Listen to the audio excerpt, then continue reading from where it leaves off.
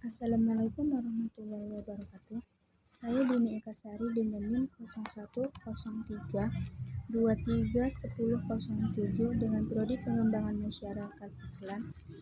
Dosen Haji Muhammad Iqbal Abidin Muin LC.MA ingin memaparkan terminologi hadis. A. Pengertian hadis. 1. Hadis. Kata hadis merupakan isim masdar dari hadasah yadisu hadisah yang berarti komunikasi, cerita, percakapan, baik dalam konteks agama maupun duniawi atau dalam bentuk konteks sejarah, peristiwa, dan kejadian aktual. Penggunaan dalam bentuk kata sifat. 1. Al-jadid atau baru. 2.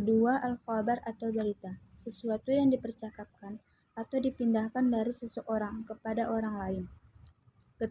Al-qarib atau sesuatu yang dekat. Secara terminologi, hadis berarti segala yang disandarkan kepada Nabi SAW, baik perkataan maupun perbuatan. Kedua, sunnah. Sunnah secara etimologi berarti jalan lurus dan berkesinambungan yang baik maupun buruk. Para ulama memberikan pengertian sunnah secara bahasa sebagai berikut, yang artinya jalan dan kebiasaan yang baik atau yang jelek.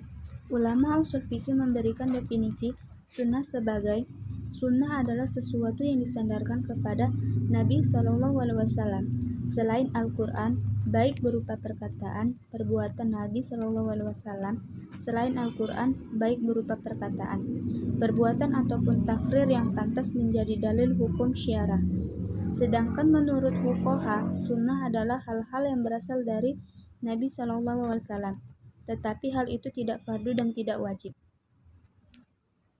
Ketiga, khobar. Khobar menurut bahasa berarti al-nabiyah, yaitu berita. Sedangkan menurut istilah terdapat 3 pendapat, yaitu A. Khobar adalah sinonim dari hadis, yaitu sesuatu yang disandarkan kepada Nabi SAW dari segi perkataan, perbuatan, takrir, dan sifat. B. Khobar berbeda dengan hadis. Hadis adalah sesuatu yang berasal dari Nabi, sedangkan khobar adalah berita yang datang dari selain Nabi. Atas dasar dengan muhaddisin, sedangkan mereka yang berkecimpung dalam kegiatan sejarah dan sejenisnya disebut ahbari. C. Khobar lebih umum dari hadis. Hadis adalah sesuatu yang berasal dari Nabi, sedangkan khobar adalah sesuatu yang datang dari Nabi atau dari selain Nabi atau orang lain. Pendapat ini, maka ahli al-hadis atau ahli sunnah. Sedangkan menurut tinjauan istilah, sebagaimana dikemukakan oleh Ibnu Hajar al-Asqalani, khobar adalah hadis-hadis yang termasuk marfu, mauquf, dan maqtu'. Hanya fuqaha Khurasan yang sedikit membedakan khobar dan arsor. Menurut mereka, khobar hanya mauquf, sedangkan arsor berarti hanya termasuk hadis maqtu'. 4. Arsor. Secara etimologi berarti baqiyat al-syai', yaitu sisa atau peninggalan sesuatu. Sedangkan secara terminologi ada 2 pendapat. 1.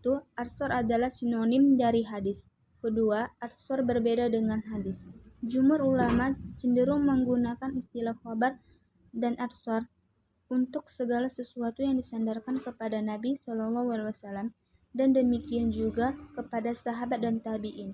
Namun para fuqaha Khurasan membedakan dengan muhassan al-mauquf, yaitu berita yang disandarkan kepada sahabat dengan sebutan arsor, dan al-marfu, yaitu segala sesuatu yang disandarkan kepada Nabi SAW dengan istilah khobar.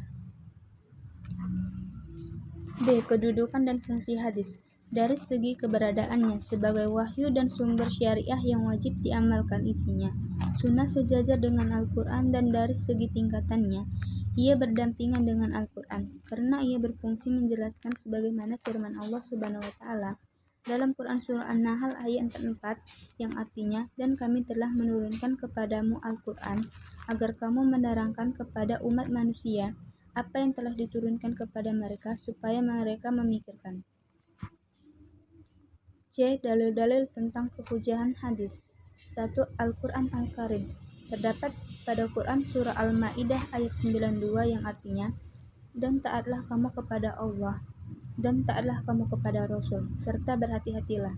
Jika kamu berpaling, maka ketahuilah bahwa kewajiban Rasul kami hanyalah menyampaikan amanat dengan jelas.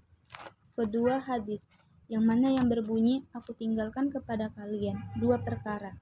Kalian tidak akan tersesat selama masih berpegang kepada keduanya, yaitu Al-Quran dan hadis. Ketiga, ijma. Kaum muslimin menerima sunnah seperti mereka menerima Al-Quran Al-Karim. Karena berdasarkan kesaksian Allah Azza wa Jalla, sunnah adalah merupakan selain suatu sumber syariat,